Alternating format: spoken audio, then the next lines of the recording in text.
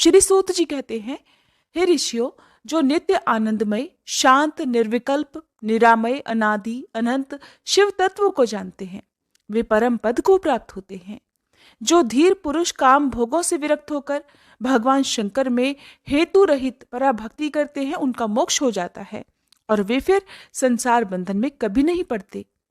जो मायामय संसार में चिरकाल तक सुखपूर्वक विहार करके अंत समय पर मोक्ष चाहते हैं, उनके लिए ये धर्म बताया गया है कि संसार में भगवान शिव की पूजा सदा ही स्वर्ग और मोक्ष का कारण है। यदि प्रदोष आदि के गुणों से युक्त सोमवार के दिन ये पूजा की जाए तो उसका विशेष महात्म है। जो केवल सोमवार को भी भगवान शंकर की पूजा करते हैं, उनके लिए इस लोक और परलोक में कोई भी वस्तु दुर्लभ नहीं है। सोमवार को उपवास करके पवित्र होकर इंद्रियों को वश में रखते हुए वैदिक अथवा लौकिक मंत्रों से विधि पूर्वक भगवान शिव की पूजा करनी चाहिए।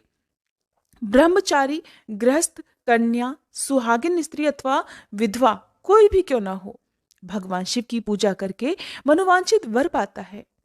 इस विषय में हे ऋषियों, अब मैं एक कथा कहूंगा जिसको सुनकर मनुष्य मोक्ष प्राप्त करते हैं और उनके मन में भगवान शिव की भक्ति जागृत हो जाती है। आर्यावर्त में चित्रवर्मा नाम से प्रसिद्ध एक राजा थे। वे दुष्टों को दंड देने के लिए यमराज के समान समझे जाते थे। वे धर्म मर्यादाओं के रक्षक, कुमार्गामी पुरुषों को दंड देकर राह पर लाने वाले, समस्त यज्ञों का अनुष्ठान करने वाले और शरणार्थियों की रक्षा करने में समर्थ थे। भगवान शिव और विष्णु में उनकी बड़ी भक्ति थी। राजा चित्रवर्मा ने अनेक परम पराक्रमी पुत्रों को पाकर अंत में एक सुंदर मुखवाली कन्या भी प्राप्त की। एक दिन राजा ने जातक के लक्षण जानने वाले श्रेष्ठ ब्राह्मणों को बुलाकर कन्या की जन्म कुंडली के अनुसार भावी फल पूछे।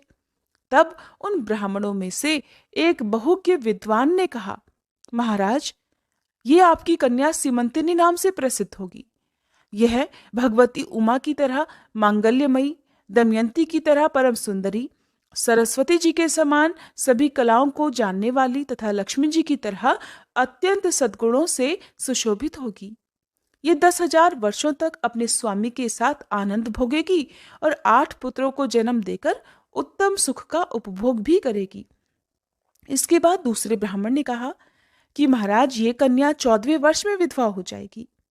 ये वज्राघात के समान दारुण वचन सुनकर राजा 2 घड़ी तक तो चिंता में ही डूबे रहे। उसके बाद सभी ब्राह्मणों को विदा करके राजा ने कि सब कुछ भाग्य के अनुसार ही होता है, ऐसा समझकर चिंता ही छोड़ दी।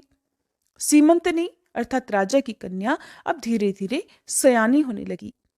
अपनी सखी के मुख से भावी वैधव्य की बात सुनकर कि उसे 14 वर्ष के बाद जल्दी ही विधवा होने का दुर्भाग्य भी झेलना पड़ेगा, ये बात सुनकर उसे बड़ा खेद हुआ। उसने चिंतामग्न होकर याज्ञवल्क्य मुनि की पत्नी मैत्रेयी से पूछा, माताजी, मैं आपके चरणों की शरण में आई हूं, मुझे सौभाग्य बढ़ाने वाले सत्कर्म का उपदेश तो कीजिए। इस प्रकार शरण में आई हुई राजकन्या से पतिव्रता मैत्रेयी कहने लगी, सुंदरी, तो शिव सहित पार्वती जी की शरण में जा और सोमवार को एकाग्र चित्त होकर स्नान और उपवास पूर्वक स्वच्छ वस्त्र धारण करके शिव और पार्वती का पूजन कर। सोमवार के दिन शिव और पार्वती की आराधना करती रहे, इससे बड़ी भारी आपत्ति पड़ने पर भी तू उससे मुक्त अवश्य ही हो जाएगी। घोर से घोर और भयंकर महाक्लेश में पड़कर भी शिव पूजा कभी मत छोड़ना, उसके प्रभाव से महान भय से तुम अवश्य ही पार हो जाओगी। इस प्रकार सीमंतनी को आश्वासन देकर पतिव्रता मैत्रेयी आश्रम को चली गईं। राजकुमारी ने उनके कहे अनुसार भगवान शिव का पूजन प्रारंभ कर दिया। निषद देश में नल की पत्नी दमयंती के गर्भ से इंद्रसेन नाम का पुत्र हुआ था। राजा इंद्रसेन के पुत्र चंद्रांगद हुए। राजा चित्रवर्मा ने राजकुमार चंद्रांगद को बुलाकर गुरुजनों की आज्ञा से उन्हीं के साथ अपनी पुत्री सीमंतनी का विवाह कर दिया। उस विवाह में बड़ा भारी उत्सव हुआ था। विवाह के पश्चात चंद्रांगद कुछ समय तक तो ससुराल में ही रहे।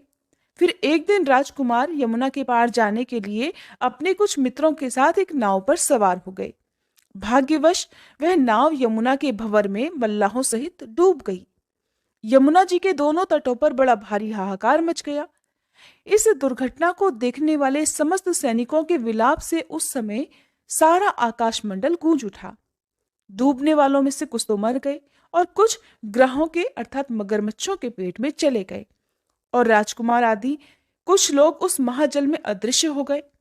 ये समाचार सुनकर राजा चित्रवर्मा बड़े व्याकुल हुए और यमुना जी के किनारे आकर मूर्छित होकर गिर पड़े।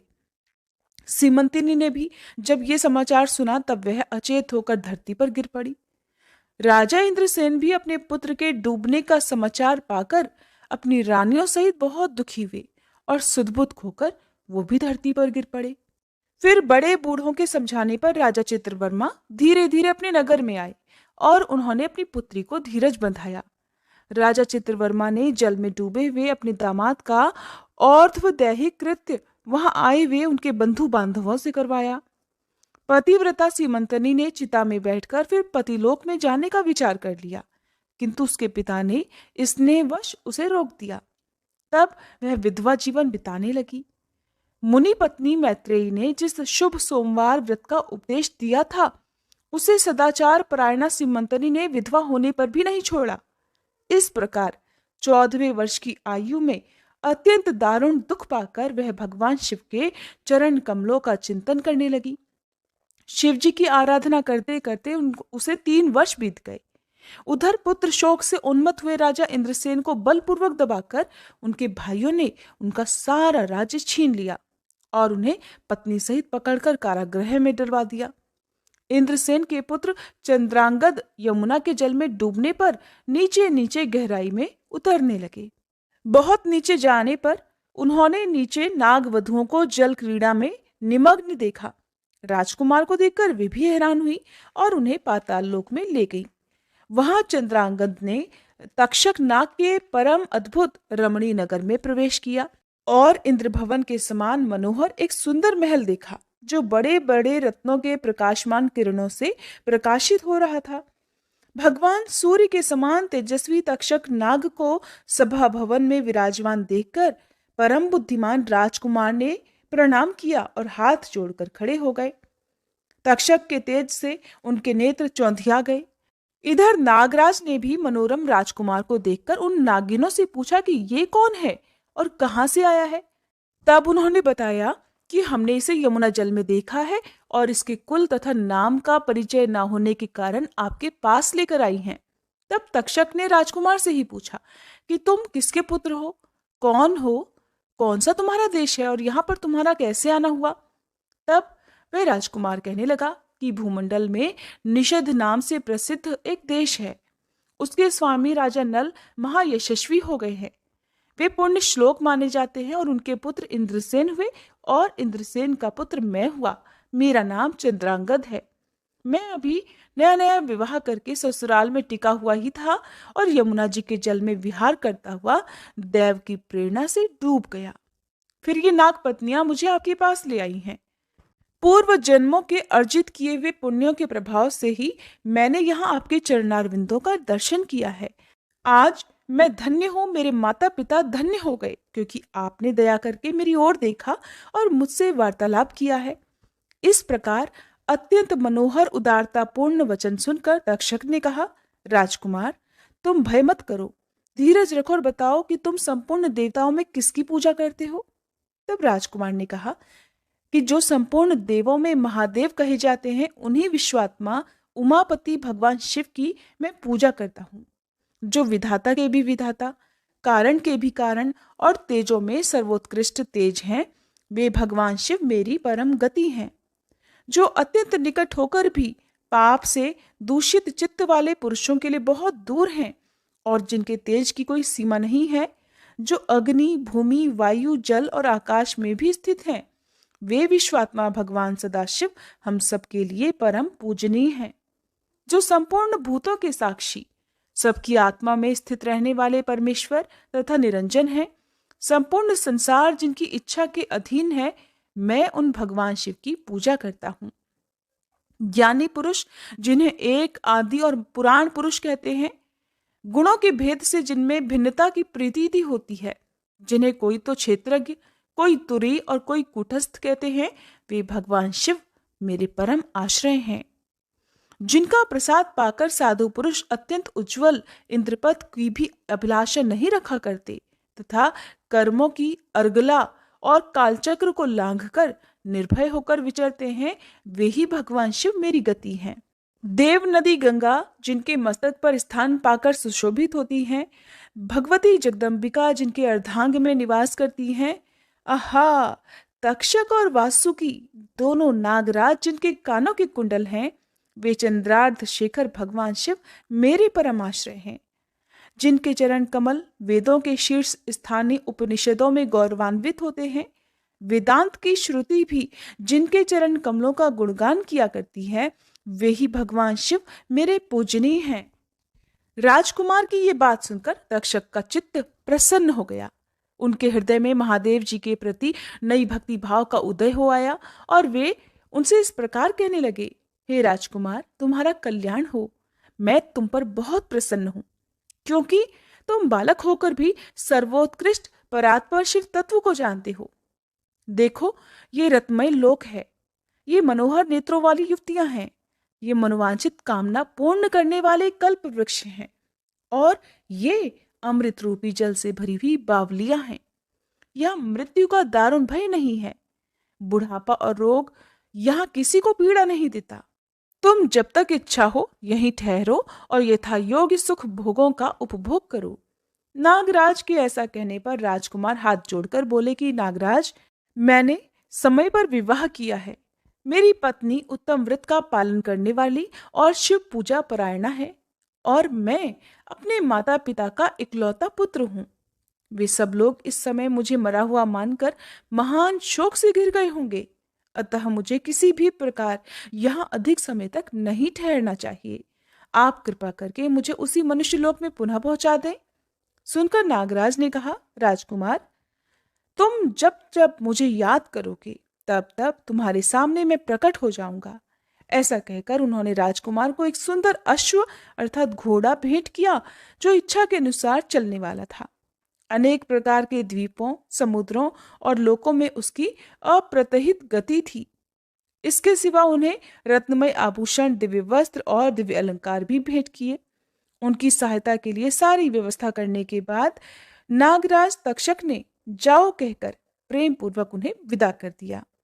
चंद्रागत उस घोड़े पर सवार होकर निकले और थोड़ी ही देर में यमुना जी के जल से बाहर आकर उस दिव्य अश्व पर चढ़े हुए ही नदी के रमणीय तट पर घूमने लगे। इसी समय पतिव्रता सीमंतनी अपनी सखियों से घिरी हुई वहां स्नान करने के लिए आई। उसने यमुना जी के तट पर मनुष्य रूपधारी नागकुमार के साथ भ्रमण करते हुए राजकुमार चंद्रागत को देखा। दिव्य अश्व पर आरूढ़ हुए अपूर्व आकार वाले उन राजकुमार को देखकर वह उन्हीं की ओर दृष्टि लगाए खड़ी हो गई। उसे देखकर चंद्रागत ने भी मन ही मन विचार किया कि लगता है इसे मैंने पहले कभी कहीं देखा है। इसके बाद तो वह घोड़े से उतरकर नदी के किनारे आ बैठे और उस सुंदरी को बुलाकर उसको पास बिठाकर पूछा कि तुम कौन हो, किसी की स्त्री और किसकी कन्या हो। सीमंतनी लज्जावश स्वयं कुछ भी नहीं कह सकी। तब उसकी सखियों ने सारी बात बताई कि इसका नाम सीमंतनी है और ये निषेधराज इंद्रसेन की पुत्रवधू, युवराज चंद्रागत की रानी तथा महाराज चित्रवर्मा की पुत्री है। दुर्भाग्यवश इसके पति इस महाजल में डूब गए हैं, जिससे वैधव्य का दुख प्राप्त करके यह बाला शोक से सूखती जा रही है। अत्यंत प्रबल शोक में ही इसने 3 वर्ष बिता दिए हैं और आज सोमवार है, इसलिए यह यमुना जी में स्नान करने के लिए आई हुई है। इसके ससुर का राज्य भी शत्रुओं ने छीन लिया है, बलपूर्वक उस पर अधिकार जमा लिया है और वे महाराज अपनी पत्नी के साथ उसकी कैद में पड़े हुए हैं। ये सब होने पर भी यह निर्मल अंतःकरण वाली सदाचार परायणा राजकुमारी प्रति सोमवार को अत्यंत भक्तिभाव के साथ पार्वती जी सहित महादेव जी की पूजा करती है। उत्तम व्रत का पालन करने वाली सीमंतनी ने अपनी सखी के मुख से सब बातें कहलवाकर स्वयं भी राजकुमार से पूछा कि आप कौन हैं? आपके पार्श्ववर्ती ये दोनों पुरुष कौन हैं? आपने मेरे वृत्तांत को एक स्नेही की तरह क्यों पूछा है? महाबाहो, मुझे ऐसा लग रहा है कि पहले मैंने कहीं आपको देखा है। आप मुझे स्वजन की तरह प्रतीत हो रहे हैं। ऐसा कहकर राजकुमारी सीमंतनी अपने नेत्रों से आंसू की धारा बहाती हुई बहुत देर तक फूट फूट कर रोती रही और फिर मूर्छित होकर धरती पर गिर पड़ी।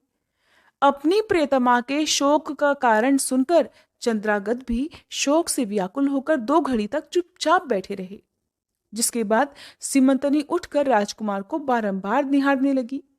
उसने पहले देखे हुए अंग चिन्हों, स्वर आदि लक्षणों, अवस्था के प्रमाण तथा रूप रंग आदि की परीक्षा करके ये निश्चय किया कि अवश्य यही मेरे पति हैं, क्योंकि मेरा हृदय प्रेम से अधीर होकर इन्हीं में अनुरक्त हुआ है।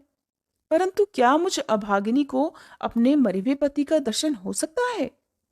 ये स्वप्न है या भ्रम? या फिर मुनि पत्नी मैत्रेयी ने जो मुझे कहा था कि तुम भारी से भारी विपत्ति में पड़ने के बाद भी इस व्रत का पालन जरूर करती रहना, कहीं ये उसी का तो फल नहीं?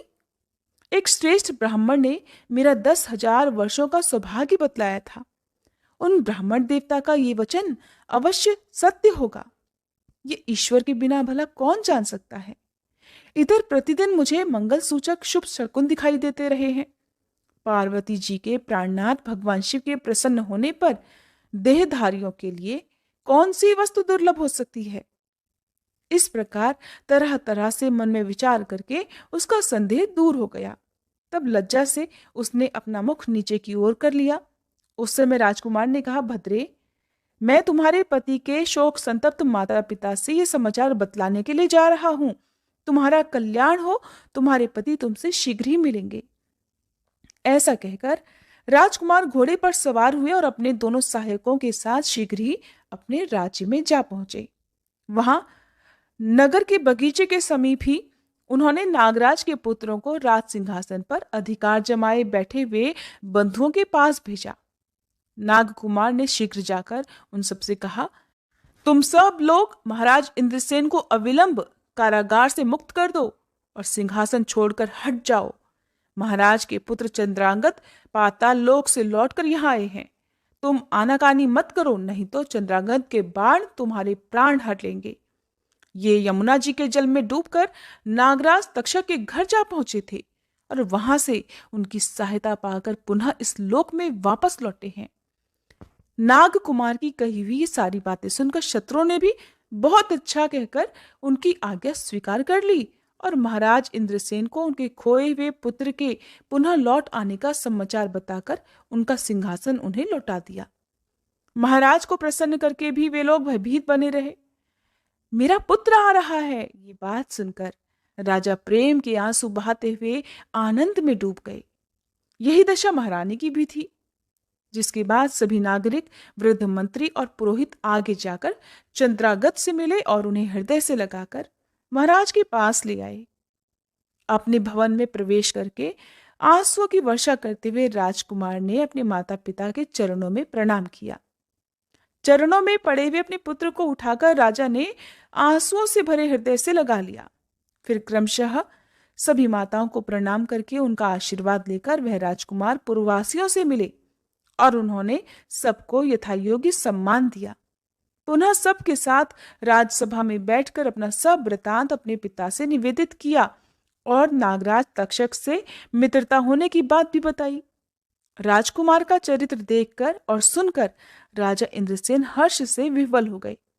उन्होंने अपने मन में यही माना कि मेरी पुत्र वधू ने भगवान महेश्वर की आराधना करके इस अनुपम सौभाग्य को अर्जित किया है। निषद राज ने ये मंगलमयी वार्ता दूतों के द्वारा महाराज चित्रवर्मा को भी कहलवा दी। यह अमृतमयी वार्ता सुनकर महाराज चित्रवर्मा आनंद से विवल हो गए और बड़ी तेजी से उठकर उन्होंने संदेश वाहकों को उपहार में बहुत सारा धन दिया। फिर अपनी पुत्री को बुलाकर उन्होंने उससे वैधव्य के चिन्हों का परित्याग करवा दिया और तरह तरह के आभूषणों से उसे सजवा दिया। जिसके बाद समूचे राष्ट्र के गांव और नगर आदि में बड़ा भारी उत्सव हुआ और सभी लोगों ने राजकुमारी सीमंतनी के सदाचार की बड़ी प्रशंसा की। चित्रवर्मा ने इंद्रसेन के पुत्र चंद्रांगत को बुलाकर सीमंतनी को उनके साथ विदा कर दिया। चंद्रांगत ने तक्षक के घर से लाए हुए रत्न आदि आभूषणों के द्वारा, जो मानव मात्र के लिए अत्यंत दुर्लभ है, अपनी पत्नी को अलंकृत कर दिया। तापे हुए सोने के समान सुशोभित 40 कोस तक जाने वाली सुगंध से युक्त दिव्य अंगराग से सीमंतनी की बड़ी शोभा हो रही थी। कमल के केसर के समान रंग वाले कल्प वृक्ष के पुष्पों से बनी हुई और कभी न कुम्हलाने वाली माला भी सती सीमंतनी की शोभा बढ़ा रही थी। इस प्रकार शुभ मुहूर्त में अपनी पत्नी को साथ लेकर ससुर की आज्ञा से चंद्रांगद पुनः अपनी नगरी में आए। महाराज इंद्रसेन ने अपने पुत्र को राज सिंहासन पर बिठाकर तपस्या द्वारा भगवान शिव की आराधना करके योगी पुरुषों को उपलब्ध होने वाली उत्तम गति प्राप्त की। राजा चंद्रांगद ने अपनी धर्मपत्नी सीमंतनी के साथ 10,000 वर्षों तक नाना प्रकार के विषयों का उपभोग किया। उन्होंने 8 पुत्रों और 1 कन्या को जन्म दिया। सीमंतनी प्रतिदिन भगवान महेश्वर की पूजा करती हुई अपने स्वामी के साथ सुखपूर्वक रहने लगी। उसने सोमवार व्रत के प्रभाव से अपना खोया हुआ सौभाग्य प्राप्त कर लिया। जय भोलेनाथ।